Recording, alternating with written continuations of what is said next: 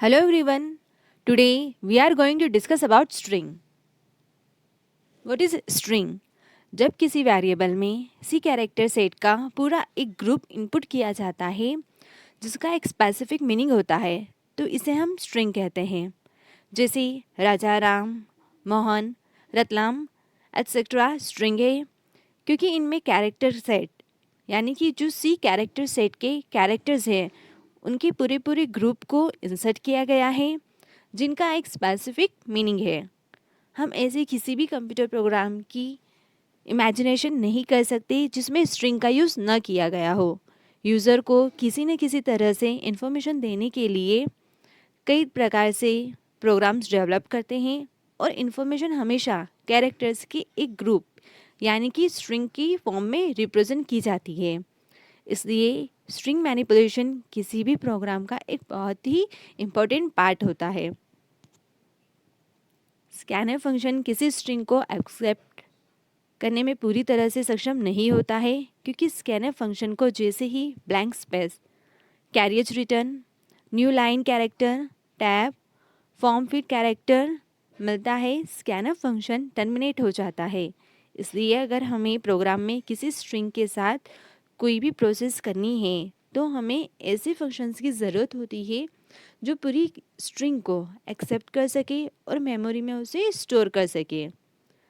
सी language में characters व strings पर काम करने के लिए कुछ अलग फंक्शंस बनाए गए हैं जो स्कैनर फंक्शंस की कमियों को पूरा करते हैं। एक और ध्यान देने वाली बात यह है कि जब भी हमें किसी प्रोग्राम में स्ट्रिंग के साथ किसी तरह की प्रोसेस करनी होती है तब हमें उस स्ट्रिंग को कंप्यूटर की मेमोरी में स्टोर करना पड़ता है। हम जिस तरह से किसी एक कैरेक्टर या किसी एक न्यूमेरिकल वैल्यू को कंप्यूटर की मेमोरी में स्टोर करके मैनिपुलेट व प्रोसेस करते हैं एग्जैक्टली उसी तरह से हम किसी स्ट्रिंग को कंप्यूटर की मेमोरी में स्टोर करके मैनिपुलेट नहीं कर सकते क्योंकि एक स्ट्रिंग कभी भी एक सिंगल डेटा आइटम नहीं होती है बल्कि कैरेक्टर्स के बहुत सारे डेटा आइटम्स का एक पूरा ग्रुप होती है। इसलिए एक स्ट्रिंग को कंप्यूटर की मेमोरी में स्टोर करने के लिए हमें हमेशा वन डायमेंशनल एरे बनाना पड़ता है।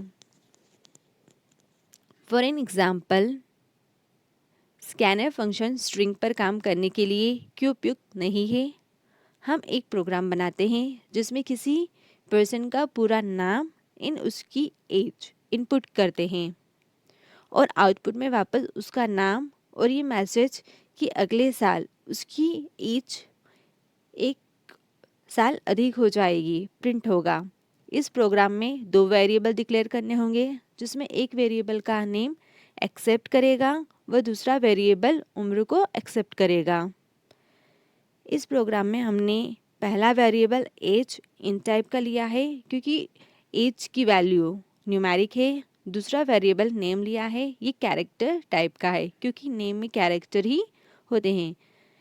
केर टाइप की एक वेरिएबल केवल एक ही कैरेक्टर एक्सेप्ट कर सकता है और स्ट्रिंग इनपुट करने के लिए किसी अन्य तरह के डेटा टाइप सी में नहीं है। इसलिए नेम को एक वन डायमेंशनल एरे के रूप में हमें डिक्लेयर करना होगा। एरे का यूज़ तब किया जाता है जब एक ही डेटा टाइप के कई सारे डेटा किसी एक ही वेरिएबल में स्टोर करने होते हैं क्योंकि इस प्रोग्राम में हम एक नेम कैरेक्टर नेम को कंप्यूटर की मेमोरी में स्टोर करना चाहते हैं और एक नेम में कैरेक्टर्स का पूरा ग्रुप होता है। इसलिए नेम को स्टोर करने के लिए हमें प्रोग्राम में नेम का एक एरे डिक्लेयर करना होगा। अभी हम आगे इस वीडियो में प्रोग्राम देखेंगे। उससे पहले हम देखते हैं कि हम स्ट्रिंग को दो तरह से डिक्लेयर कर सकते हैं। फर्स्ट होता है बाय कैर एरे और सेकंड होता है बाय स्ट्रिंग लिटरल। यहाँ पर हमारी जो स्ट्रिंग है उसका डिक्लेरेशन दिया है। हम किस तरह से स्ट्रिंग को डिक्लेयर कर सकते हैं। यहाँ पर हमने दिया एरे टाइप का वेरिएबल जिसका डेटा टाइप हमने रखा है कैर। देन हमने वेरिएबल नेम दिया सी, उसके आगे हमने लगाया है स्क्वायर ब्रैकेट जो कि ये रिप्रेजेंट करता है कि ये जो वेरिएबल है ये किस टाइप का है, ये एक एरे टाइप का वेरिएबल है और इसमें वैल्यू इंसर्ट करने के लिए हमने डबल कोट का यूज़ किया है।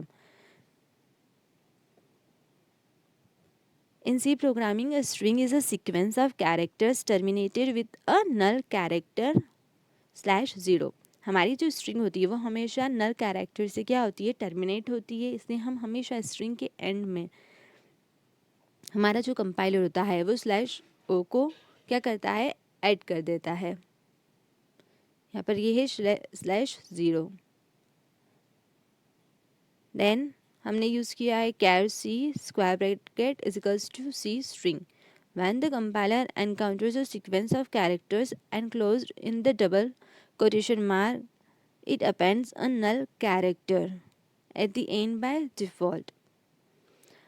जैसे ही कंपाइलर को नल कैरेक्टर मिलता है वो समझ जाता है कि यहाँ पर हमारी स्ट्रिंग क्या होती है, टर्मिनेट होती है। अब जो हमारी स्ट्रिंग होती है उसका मेमोरी रिप्रेजेंटेशन किस तरह से होता है वो आप स्क्रीन पर देख सकते हैं। हमने यहाँ पर लिया char as 5, यहाँ पर हमने क्या दे दी, एरे की साइज़ दे दी। इस तरह से यहाँ पर हमने एरे को डिक्लेयर किया है। अब जैसे ही हमने उसकी साइज़ 5 दी, मेमोरी के अंदर कितने ब्लॉक्स क्रिएट हो जाएंगे, टोटल 5 ब्लॉक्स, और उनकी इंडेक्सिंग बाय डिफ़ॉल्ट स्टार्ट होती है 0 से। तो फर्स्ट इंडेक्सिंग स्टार्ट होगी 0 से, सेकेंड 1, थर्ड होगी 2, फोर्थ होगी 3 एंड फिफ्थ होगी फोर्थ पर एंड। यानी कि जो भी एरे की साइज़ होती है, साइज़ -1 करते हैं तो हमारी इंडेक्सिंग वहाँ पर क्या होती है, एंड होती है। तो यहाँ पर हमने 5 कैरेक्टर्स की क्या की है, एक स्ट्रिंग डिक्लेयर की है।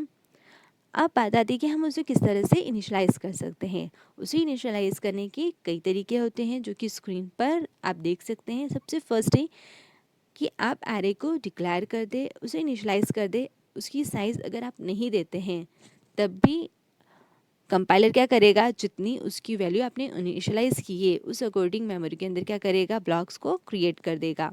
char c, यहाँ पर हमने जो एरे की साइज़ है उसे एम्प्टी रखा है और उसके अंदर वैल्यू असाइन कर दी है हमने डबल कोट के अंदर ABCD। देन नेक्स्ट हमने डिक्लेरेशन और इनिशियलाइजेशन किया है। यहाँ पर char c, यहाँ पर हमने जो c नाम का वेरिएबल है हमारा उसकी साइज़ रखी है 50। देन हमने वैल्यू इनिशियलाइज़ कर दी है ABCD। हमने यहाँ पर साइज़ ज़्यादा दी है बट वैल्यू हमने क्या की है, यहाँ पर कम इनिशियलाइज़ की है। यानी कि हमारे पास में कितने ब्लॉक्स हैं, 50। इंडेक्सिंग तक हम क्या कर सकते थे, 50 - 1 इंडेक्सिंग तक हम वैल्यू को इनिशियलाइज करवा सकते थे। बट यहाँ पर हमने सिर्फ कितने कैरेक्टर्स दिए हैं, total 4 characters A B C and D। Then next हमने दिया है char c। अगेन हमने यहाँ पर साइज़ को क्या रखा है, एम्प्टी रखा है और यहाँ पर हमने कर्ली ब्रैकेट के अंदर वैल्यू को क्या किया है, वैल्यू कर्ली ब्रैकेट के थ्रू वैल्यू को इनिशियलाइज किया है। नेक्स्ट हमने दिया है सेम डिक्लेरेशन और इनिशियलाइजेशन है, बस यहाँ पर हमने क्या दे दी है, साइज़ दे दी है। इन चारों ही केस में जो हमारा मेमोरी रिप्रेजेंटेशन होगा एरे वेरिएबल का वो कुछ इस तरह से होगा। टोटल कितने ब्लॉक्स क्रिएट हो जाएंगे मेमोरी के अंदर, 5 ब्लॉक्स, जिसके अंदर क्या वैल्यू जाएगी, ABCD और लास्ट में नल कैरेक्टर। यहाँ पर एक और एग्जाम्पल दिया है char c 5 = ABCDE। अब यहाँ पर देखिए हमने एरे की साइज़ क्या रखी है, 5 रखी है और उसके अंदर जो कैरेक्टर वैल्यू हमने इंसर्ट करवाई हुई है वो भी क्या है, 5 है। बट ये क्या है, एक रॉन्ग रिप्रेजेंटेशन है। क्यों, क्योंकि आप जो भी साइज़ देते हैं उससे एक एक्स्ट्रा कैरेक्टर क्या करता है, कंपाइलर ऐड कर देता है लास्ट में नल कैरेक्टर को। तो अगर आपने 4 कैरेक्टर्स इंसर्ट करवाए हैं तो उसके लास्ट में एक और कौन सा कैरेक्टर उसमें ऐड हो जाएगा, नल कैरेक्टर। तो यहाँ पर हमने साइज़ भी 5 दी है, कैरेक्टर्स भी 5 इंसर्ट करवा दिए, ABCD और E। Here we are trying to assign 6 characters. The last character is null character to a character array having 5 characters. This is bad and you should never do this.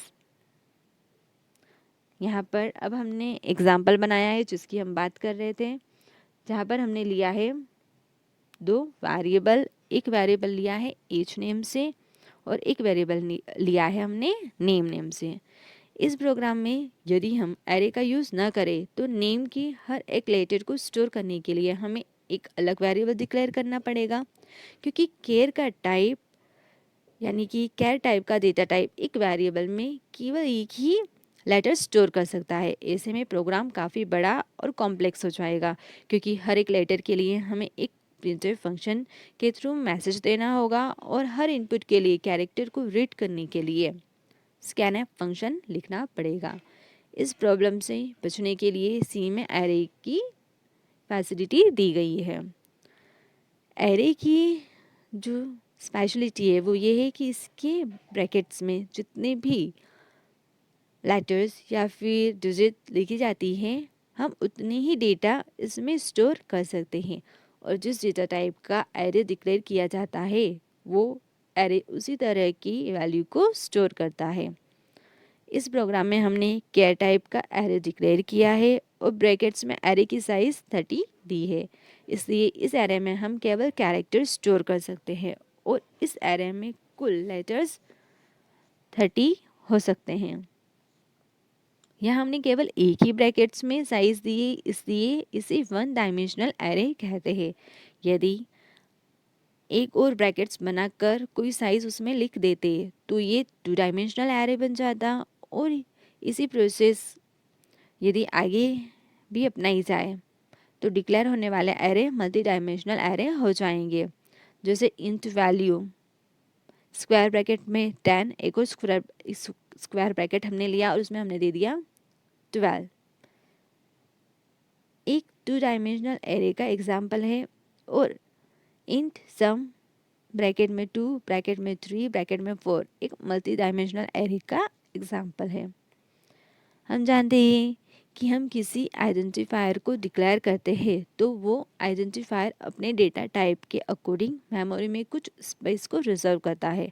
Exactly एक array भी memory में अपनी size के according कुछ space reserve करता है, लेकिन array का ये स्पेशलिटी है कि हम स्वयं से स्पेसिफाई करते हैं कि एक एरे मेमोरी में कितनी जगह को रिजर्व करेगा, जबकि यूजुअली आइडेंटिफायर्स के संबंध में आइडेंटिफायर मेमोरी में कितनी जगह रिजर्व करेंगे ये यूज़ किए जा रहे हैं आइडेंटिफायर की डेटा टाइप पर डिपेंड करता है।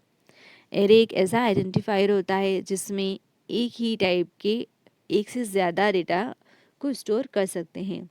इस प्रोग्राम के अकॉर्डिंग यदि हम कैर नेम लिखते हैं तो ये स्टेटमेंट मेमोरी में एक बाइट की स्पेस देगा और इसमें हम सिर्फ एक कैरेक्टर स्टोर कर सकेंगे, लेकिन एक नेम में हमेशा एक से ज़्यादा कैरेक्टर्स होते हैं, इसलिए हमें इस नेम के आइडेंटिफायर्स में एक से ज़्यादा कैरेक्टर स्टोर करने हैं। इस कंडीशन में एक नेम के कैरेक्टर टाइप के एरे में हम कितने कैरेक्टर स्टोर करना चाहते हैं ये साइज़ भी हम एरे के साथ स्पेसिफाई कर देते हैं, और स्टेटमेंट को कैर नेम ब्रैकेट में साइज़ लिखते हैं, जहां साइज़ उस वैल्यू को स्पेसिफाई करता है जितने कैरेक्टर हम नेम के रूप में मेमोरी में स्टोर करना चाहते हैं। हमने इस प्रोग्राम में नेम आइडेंटिफायर की साइज़ एक ब्रैकेट में कैर नेम 30 दी स्टेटमेंट इस स्टेटमेंट के थ्रू स्पेसिफाई कर दी है। अब नेम का आइडेंटिफायर मेमोरी में 30 बाइट की स्पेस एक क्रम में यानी कि एक सीक्वेंस में रिजर्व कर लेता है, और नेम नाम के आइडेंटिफायर की साइज़ 30 बाइट हो जाती है। नेम की साइज़ 30 बाइट इसलिए हो जाती है क्योंकि केयर टाइप का एक डेटा टाइप मेमोरी में एक बाइट की स्पेस रिजर्व करता है, इसलिए केयर टाइप के 30 डेटा मेमोरी में 30 बाइट की स्पेस देंगे। यदि डेटा टाइप कैर बदलकर इंट रख दिया जाए तो एरे में इसकी साइज़ भी क्या होगी, चेंज हो जाएगी। यहाँ पर एरे की साइज़ 30 इंटू 2 इजिकल्स टू 60 हो जाएगी। इन प्रकार का एक डेटा टाइप मेमोरी में 2 बाइट की स्पेस लेकर रखता है, इसलिए इन टाइप के डेटा के लिए मेमोरी में जो स्पेस रिजर्व होगी वो होगी 50 बाइट्स 60 बाइट्स अगर हम उसे एरे टाइप का बनाते हैं तो। नेम नाम का एरे मेमोरी में 30 बाइट की स्पेस को रिजर्व करेगा।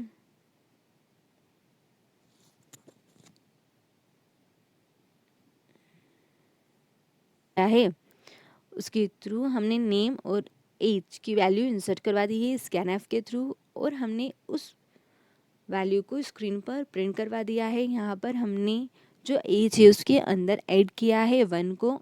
देन हमने एज नाम के वेरिएबल और नेम नाम के वेरिएबल को अगेन स्क्रीन पर प्रिंट करवा दिया है। इसका जो आउटपुट होगा आप उसे रन करके देखिएगा। आपने जो नेम दिया होगा स्क्रीन पर वो नेम, और जो आउटपुट आपने दिया होगा वो जो नेम और आपने जो एज दी होगी वो एज अ आउटपुट आपको स्क्रीन पर नज़र आएगी। स्कैनएफ फंक्शन की कमियों को दूर करने के लिए सी लाइब्रेरी में कई तरह की स्ट्रिंग व कैरेक्टर मैनिपुलेशन करने से रिलेटेड लाइब्रेरी फंक्शंस हैं, जैसे get C, get C H, get C H E, get char, get puts, putc, put C H, put char आदि प्रोवाइड किए गए हैं, जिसके बारे में ठीक से जाने बिना कोई भी प्रोग्रामर सी लैंग्वेज में ऐसे प्रोग्राम क्रिएट नहीं कर सकता है जिसमें स्ट्रिंग मैनिपुलेशन का यूज़ किया जाना हो। इसलिए हम इस तरह की समस्या से बचने के लिए सी प्रोग्रामिंग लैंग्वेज में इन फंक्शंस के बारे में रीड करते हैं। यहाँ पर और भी कई सारे क्या है हमारे पास में फंक्शंस हैं जिनका डिस्क्रिप्शन लिखा है। स्ट्रिंग लेंथ जो कि हमारी स्ट्रिंग की लेंथ को रिटर्न करता है। देन यहाँ पर नेक्स्ट है स्ट्रिंग कॉपी, जिसके थ्रू हम किसी भी स्ट्रिंग को कॉपी करने के लिए यूज़ करते हैं। देन है स्ट्रिंग कॉन्केटिनेट जो कि दो स्ट्रिंग को ज्वाइन करने का वर्क करता है। देन है स्ट्रिंग कंपैरिजन। इस तरह से सी लैंग्वेज के अंदर कई सारे फंक्शंस होते हैं स्ट्रिंग से रिलेटेड। आई होप ये लेक्चर आपके लिए यूज़फुल रहा होगा। Thank you so much.